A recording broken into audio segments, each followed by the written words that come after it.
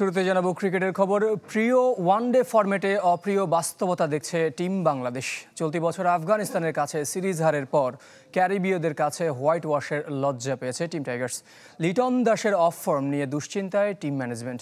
Champions ট্রফির আগে দল গোছানো নিয়ে বিপাকে ক্রিকেট বোর্ড। বসুন্ধরা ডায়াপেন্ট এখন আরও উন্নত। এই hot air through top sheet দ্রুত শোষণ করে সোনামণিকে দেয় কোমল অনুভূতি। বছরের শেষ ওয়ানডে সিরিজে হোয়াইট ওয়াশ বাংলাদেশ। ক্যারিবিয়ানে ফুটে উঠেছে হতশ্রী পারফরমেন্স। এটাই আবার টাইগারদের প্রিয় ফরম্যাট। চ্যাম্পিয়ন্স ট্রফির আগে টিম ম্যানেজমেন্টের চিন্তার কারণ ক্রিকেটারদের ফর্ম, ব্যাটারদের অধারাবাহিকতা, বোলিং ইউনিটের যাচ্ছে তাই অবস্থা। ওপেনিং নিয়ে নিয়মিত চলে পরীক্ষা নিরীক্ষা। দুশ্চিন্তা আছে মিডল অর্ডার নিয়ে। সংকট যখন চতুর্দিকে, তখন কি করে নির্ভর থাকবে ক্রিকেট বোর্ডের কর্তারা। বাজে ফর্মের কারণে ওয়ানডে স্কোয়াড থেকে বাদ পড়েছিলেন লিটন দাস।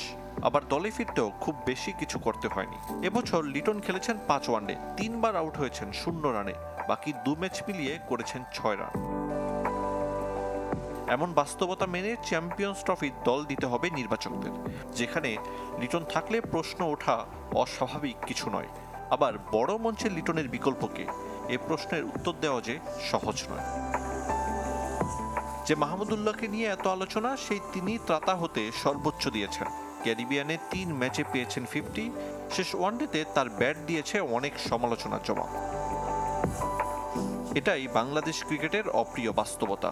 দীর্ঘদিন ধরে খেলা লিটনরা হারিয়ে খোঁজেন নিজেদের, আর ক্যারিয়ারের পড়ন্ত বেলায় মাহমুদুল্লাহদের উপর টিম বাংলাদেশের নির্ভরতা। আরিফুল ইসলাম, চ্যানেল 24।